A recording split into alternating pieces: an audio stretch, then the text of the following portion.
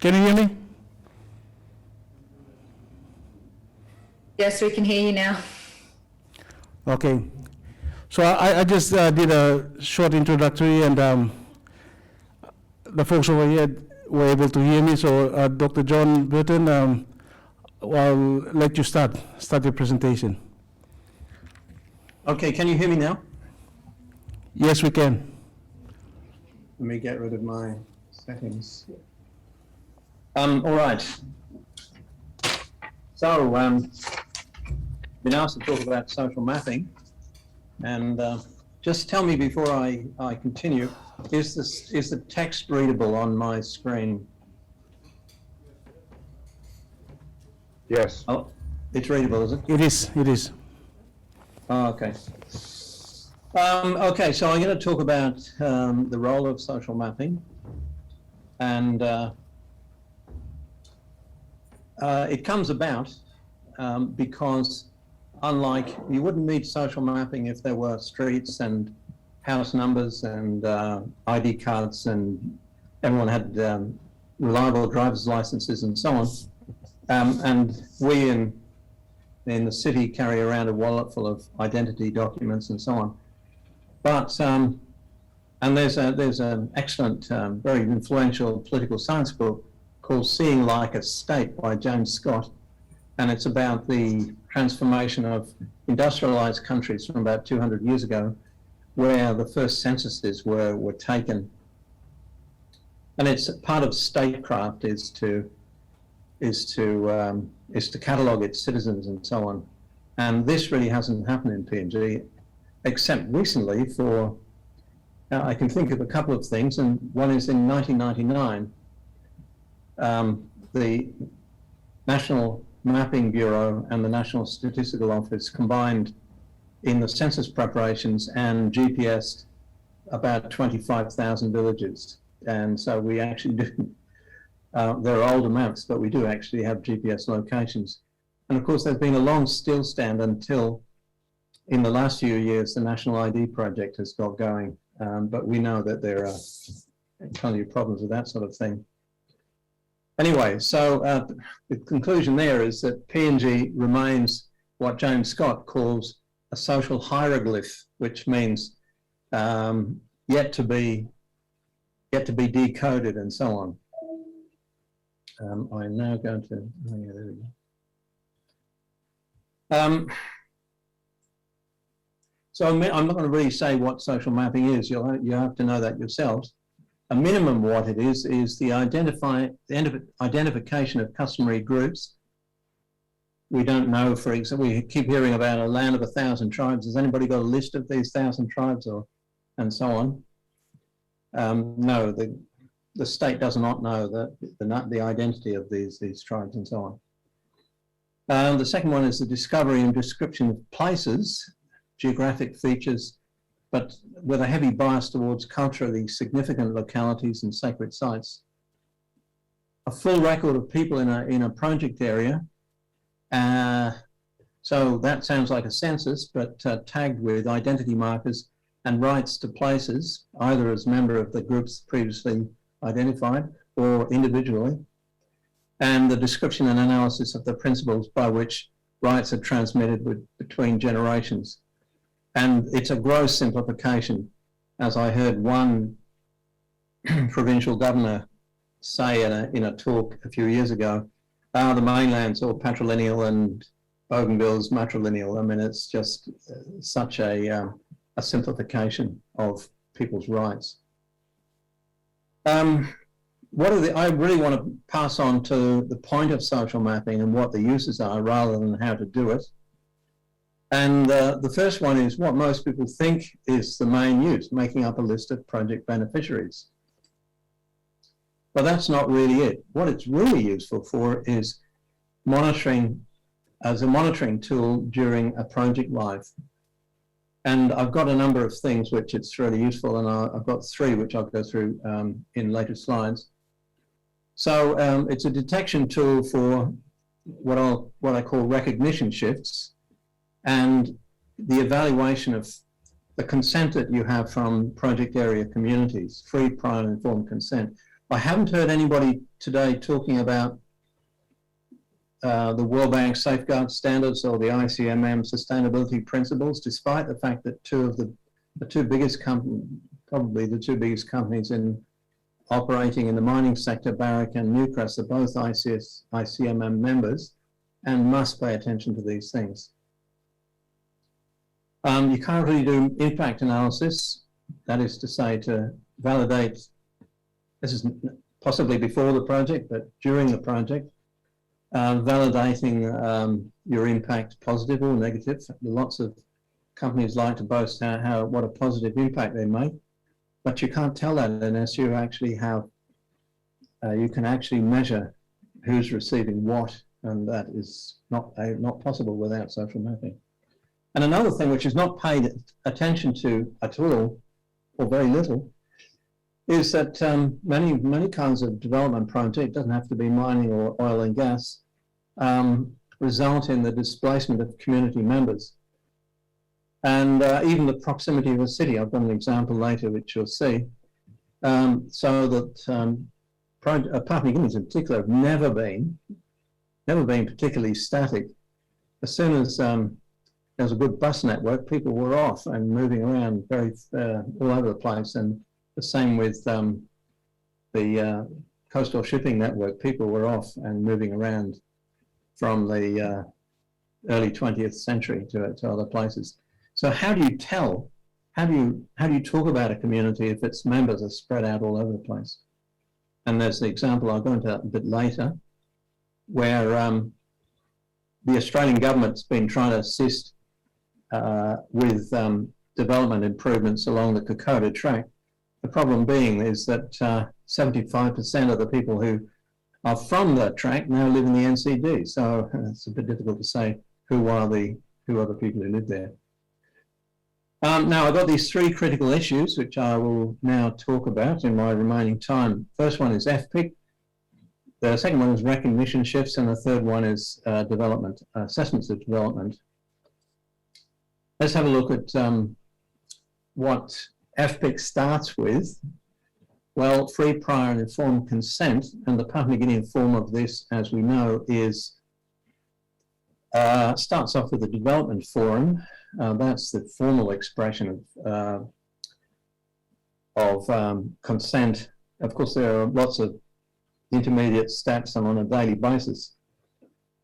Community relations staff service that consent. That is the consent that landowners give for extractive industries to operate on their land.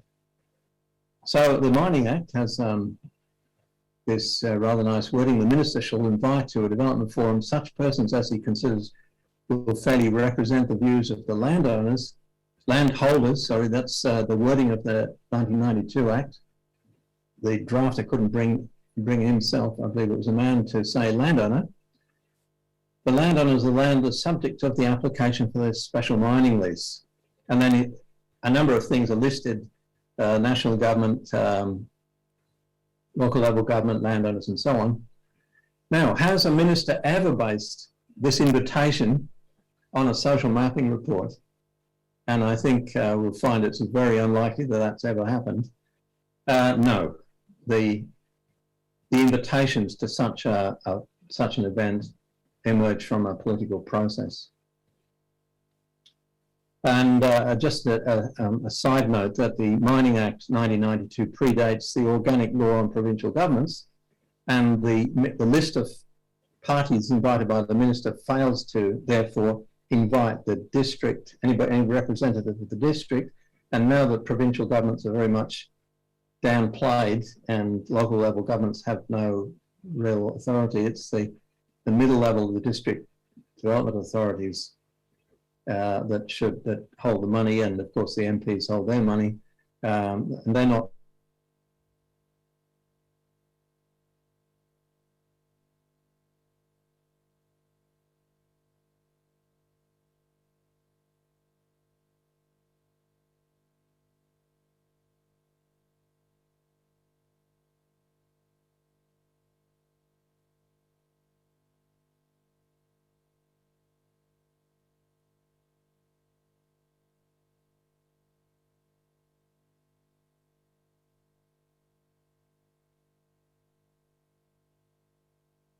Recording in That progress. is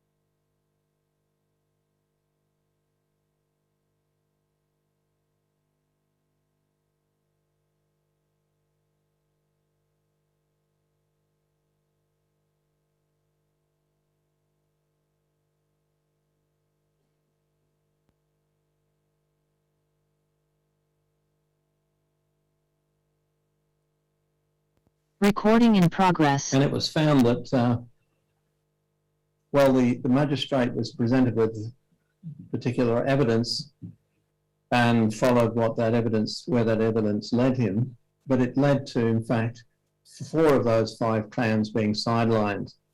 And as I found later, that wasn't really the case, but anyway. So one clan was recognised, composed of 3 brother lineages. The Department of Mining, as then was project liaison officer, then had to step in to try and broker a benefits sharing agreement. This is just for small things like drill pad compensation and so on.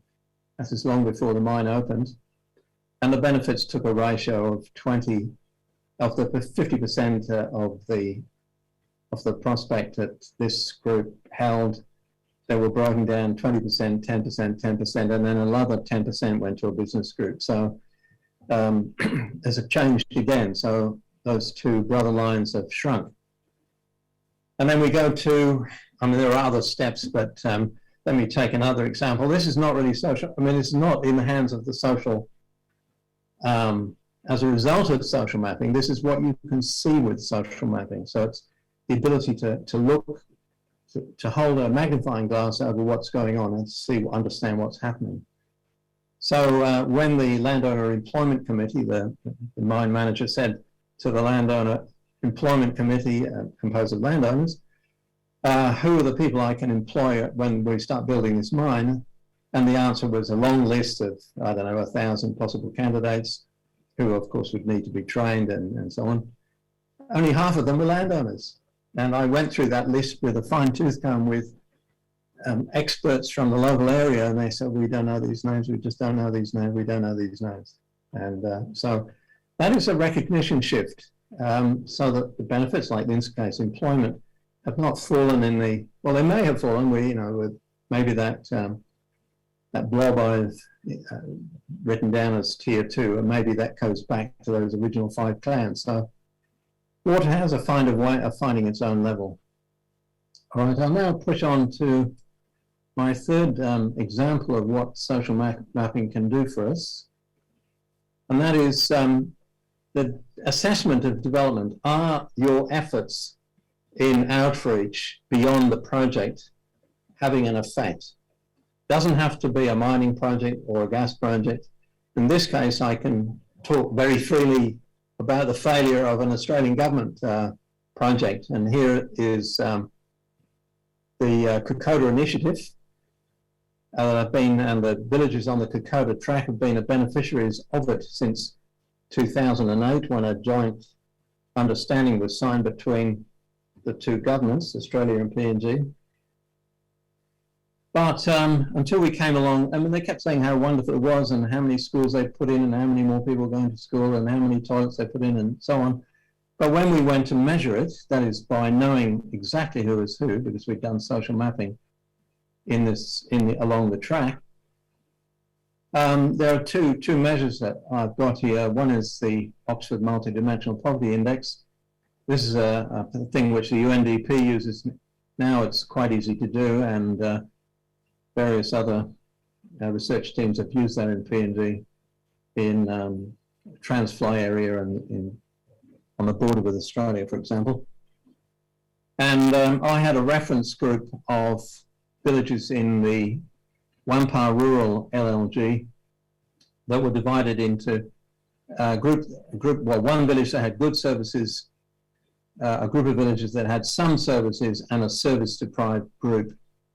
I won't go into how you calculate the NPI, but it's have you got clean water? Have you got improved sanitation and so on? And it's a list of questions. And lo and behold, one of the biggest villages on the Kokoda track is really in the service deprived group. And there, that classifies them as extremely in the grip of extreme poverty after years of development intervention. And just to reinforce this, or to show another aspect of what social mapping can do, because we had a very detailed knowledge of who's who along the track, we were able to separate Kokoda track villages into ones that lived in the rural area, that actually lived at home, and ones that live in MCD, in the city. So I was able to do an analysis of life expectancy from my census data, and the recording of deaths when people have died. And we talk in Australia of the gap, the life expectancy gap between non-Indigenous Australians and Indigenous Australians, and it's so scandalous that it remains at a gap of nearly 10 years, and the Prime Minister is obliged to report on this every February and does so. But what we found is that the Ward 18 is the one that we were looking at. It's just it's about 500 people, plus about a large component in MCD. But there was another gap of more than 10 years between what Australian Indigenous people were experiencing and what urban Papua New Guineans experience in terms of life expectancy. And incidentally, 61.1, which I have there, is pretty much the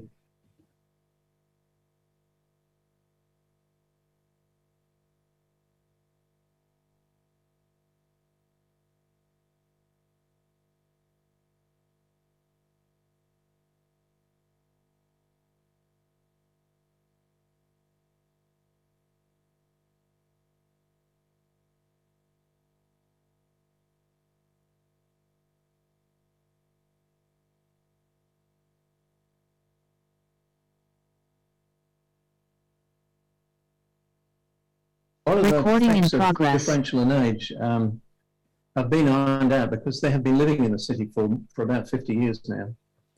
So there's a shocking gap of 11 years between the people drawn from the same families in the city and in rural areas. And I've written that up, and that's in the Divine Word Research Journal in 2018. Now,